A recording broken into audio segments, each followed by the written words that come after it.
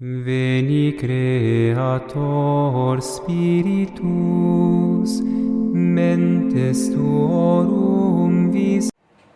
Bom, estamos aqui para mais uma aula do nosso curso de Reiki e vamos agora comentar sobre a versão de Ryo Takata. Atualmente existem centenas de livros sobre Reiki. A maioria deles apresenta como história do Reiki aquilo que Takata contou. A pergunta é por que todos os autores repetem a mesma história, uma vez que ela não está avalizada pelos fatos. Isso se deve, em parte, a que muitos desses livros surgiram antes que os fatos verdadeiros fossem conhecidos. Por outro lado, ninguém se preocupou em investigar a veracidade da história. Por exemplo, segundo Takata, Dr. Shui foi presidente da Universidade de Doshida, em Kyoto, e, em lugar de simplesmente considerar como certa esta afirmação, qualquer autor poderia ter contatado sem dificuldade a universidade para comprovar a informação. À medida que alguns estudiosos investigaram a história, Takata, foi ficando cada vez mais claro que ela estava cheia de erros e contradições, e já que sua versão se incorporou a tantas publicações, é importante que aqueles que a conheceram e que a transmitiram a seus alunos considerem os aspectos provavelmente falsos e, em seu lugar, deem a eles informações corretas. Dessa maneira, se obtém uma versão mais precisa da história e se compreende melhor o modo como influi o testemunho de Takata na prática do Reiki no Ocidente. Então, o que acontece? Como ela lançou o Reiki no Ocidente, e antes guerra não tem essa facilidade de hoje, né, vamos dizer assim, de informação, é claro que moldou ao jeito próprio para ficar em evidência como a criadora dessa transmissão exclusivamente aqui do Ocidente. Takata afirmava ser a única mestra de Reiki do mundo, uma vez que todos os outros no Japão haviam morrido durante a guerra. Todos os folhetos de anúncio de seus cursos são prova de que ela agia assim. Hoje se sabe que no Japão os professores de Reiki continuaram ensinando tanto antes quanto depois da guerra. Professores de Reiki continuaram ensinando, né? E no Japão continua-se a praticar Reiki e a sociedade fundada pelo Dr. Usui, o Shui Reiki Ryoko Gakkai, em Tóquio. Continua sendo sua apresentação institucional. O Sr. Kanichi Taketomi foi presidente, Taketomi, né? Foi presidente dessa organização durante a guerra, permanecendo nesse cargo até a sua morte em 1960. Então, claro que teve muita oralidade nisso, então, nessa dificuldade de obter essas informações, se ficou ou não alguém pós-guerra, no Japão, principalmente, que o Japão teve uma influência enorme, né, na Segunda Guerra Mundial, então teve essa dificuldade de apuração.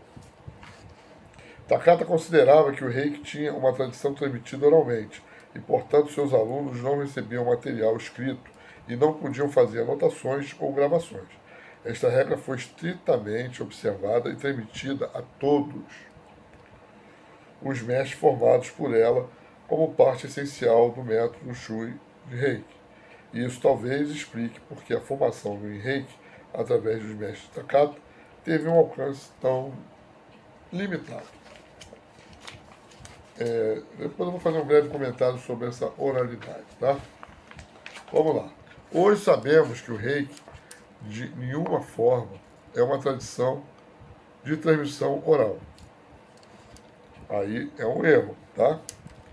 Tanto o Dr. Shui quanto o Dr. Hayashi elaboraram notas que entregavam a seus alunos. Estão disponíveis exemplares de manuais que eles escreveram, que contém muitos e importantes exercícios e técnicas para o tratamento de doenças específicas. Sabe-se com exatidão que Takata tinha o manual do Dr. Hayashi e que entregou cópias a alguns de seus alunos, mas sem documentação escrita e sem autorização para tomar notas ou fazer gravações. Ficava difícil aprender. Takata se considerava representante do Reiki, segundo o Dr. Ushui, e garante estar ensinando sem nenhuma modificação o método original. Graças a outros manuais, comprovou-se que muitos exercícios que o Dr. Ushui havia ensinado foram ignorados.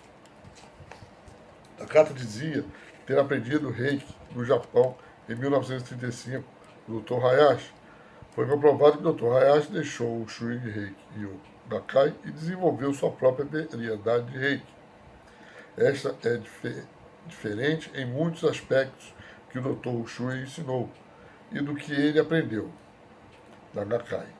E isto pode ter sido positivo em muitos sentidos, mas é claro que em virtude disso ele criou seu próprio estilo de Reiki, o que foi comprovado pelo nome de sua clínica, que era Instituto de Reiki Hayashi.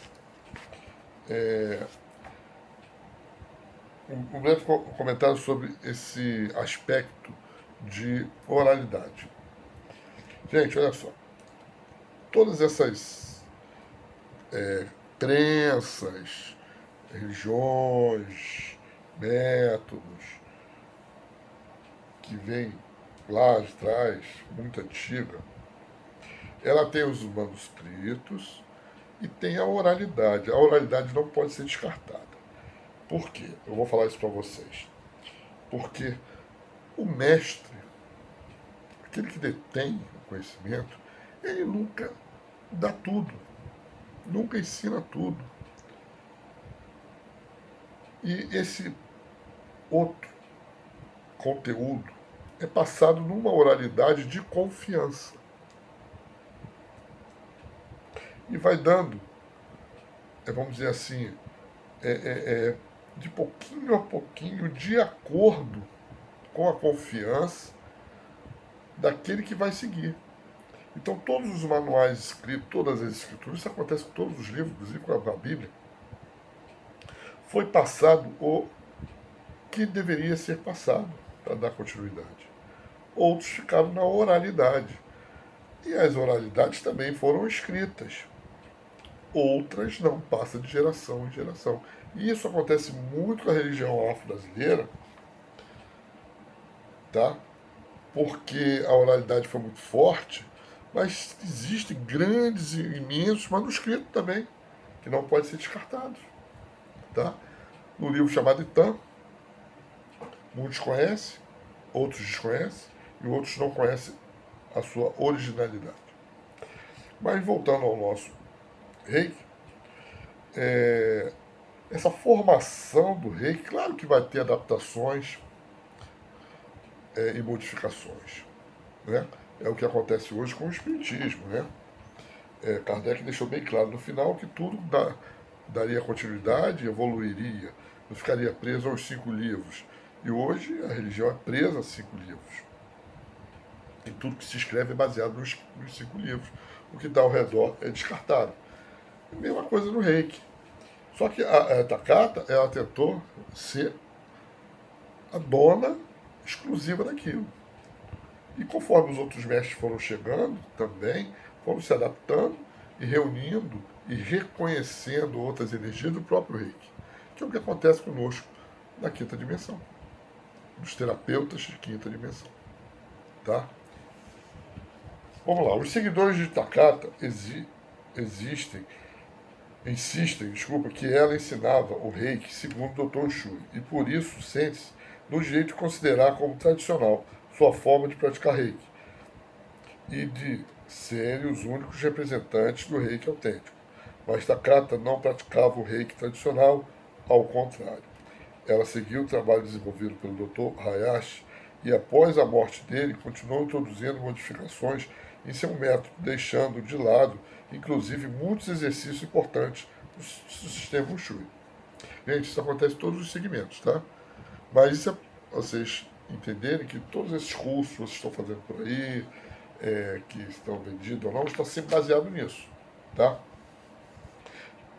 Nada contra, mas também nada a favor, tá? Como eu digo aos meus alunos, não existe ninguém errado, existe posicionamento de frequência. Cada um está dentro da sua evolução e sua frequência e certo nela. Quer subir um degrau, aí o outro passa a ser errado e sobe o degrau para ser certo. Não está na sua certeza, na sua verdade. Outra das afirmações da carta foi que o Dr. Ushui era cristão. Segundo Gakkai, ele nunca foi cristão, mas sim budista. Esta informação se sustenta pelo fato de que ele está enterrado junto ao templo Sayoji, um templo budista.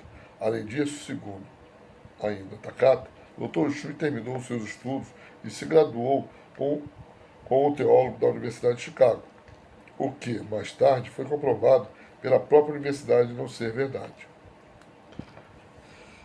Olha só, hoje em dia existe vamos dizer assim,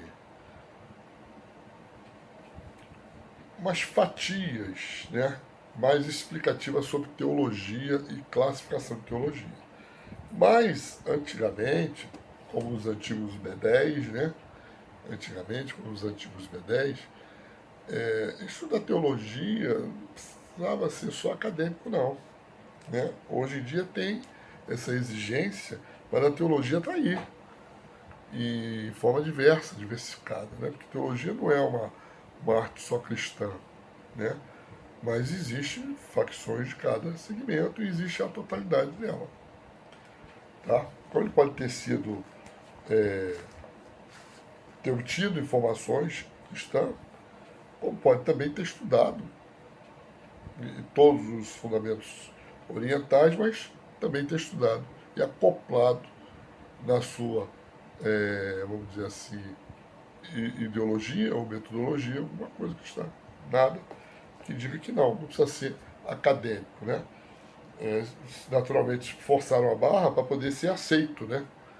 Hoje se fala em universidade, isso e aquilo, mas não é vamos dizer assim, chega a ser um problema isso, né? Vamos lá. Takata é a única fonte que afirma que o Dr. Shuji redescobriu o reiki em um texto de sânscrito, em um sutra budista, em um templo zen.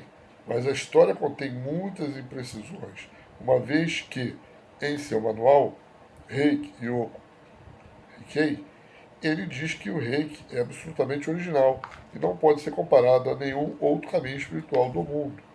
Bom, ele também fala isso dentro da sua, vamos dizer assim,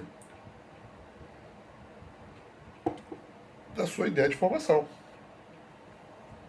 Ele chegou a essa conclusão pessoal. Por isso que eu sempre falo, gente, são teorias, tá? E teorias estão aí para ser quebradas. Assim como o dado Takata está sendo, vamos dizer assim, quebrada numa certa evolução, a dele também. Após a morte de Takata, Barbara Weber Hay se autodenominou grã-mestre de Reiki. Segundo ela, Takata queria que ela assumisse a responsabilidade sobre o Reiki como grã-mestre. Pouco depois apareceu outra mulher, Phyllis Furumoto, dizendo o mesmo. Em torno dessas duas pessoas se agruparam duas organizações diferentes de Reiki. Esse título de grã-mestre nunca foi e nem é usado no Japão, e só passou a ser usado no Ocidente após a morte de Takata. A organização criada pelo Dr. Ushui, Yushu Reiki Yo Kakai, teve como seu primeiro presidente o próprio Dr. Ushui, que, logo depois de sua morte, foi substituído pelo Sr. Jusaburo Ushida. O Dr. Hayashi nunca foi presidente da Gakkai, e nem poderia ter sido, já que se desligou dela para criar seu próprio grupo. Logo depois, dos seguidores de Hayashi, poderia ter sido presidente daquela organização. Aí vocês podem ver que, como ele sai da instituição e monta a sua própria, o que ele faz? Diversifica a teoria, acopla seus incrementa os seus conhecimentos, outras buscas, aquilo que ele vai criando e vai se diferenciando o reiki. Desta maneira, pode-se ver que Takata nunca ensinou o reiki da mesma forma que o fazia o Dr. Ushui, e que tampouco pertencia a uma organização que ele havia fundado. Em razão disso, nenhum de seus discípulos pode avocar para si o título de representante do sistema Ushui de Reiki. Ó, eu discordo um pouco, não que isso não seja verdade, tá? É que ninguém é dono de nada, tá? E você pode utilizar, poderia ter utilizado boa parte do método e ter feito as suas devidas modificações de acordo com a sua capacidade de interpretação. Estamos colocando isso dessa maneira por quê? Porque nós que estamos formando os terapeutas de quinta dimensão, nós utilizamos da primeira, segunda, terceira e quarta e acrescentamos a quinta. Então, essa parte iniciática é muito importante, mas a evolução dela também é muito importante. Como lá na frente, outros vão modificar mais ainda daquilo tudo que nós estamos falando. A diferença é que hoje tem os nossos vídeos aqui para complementar. Ou vamos dizer assim, se comprovar aquilo que nós fizemos na literatura, que pode ter sido modificada, ter sido reescrita. Né? Desta maneira, pode ver que Takata nunca ensinou reiki da mesma forma, né? Que o Dr. Ushui Seori. Gente, o importante disso tudo, conhecer a história, é muito importante. Aí vocês vão ver que na prática muita coisa se muda, tá? Muita coisa se muda, muita coisa evolui e muita coisa se mantém do tradicional. Perfeito? Terminamos a nossa aulinha. Próxima aula darei continuidade, tá? Tivemos um pequeno recesso aí, por isso a demora do vídeo. E até a próxima nossa aula.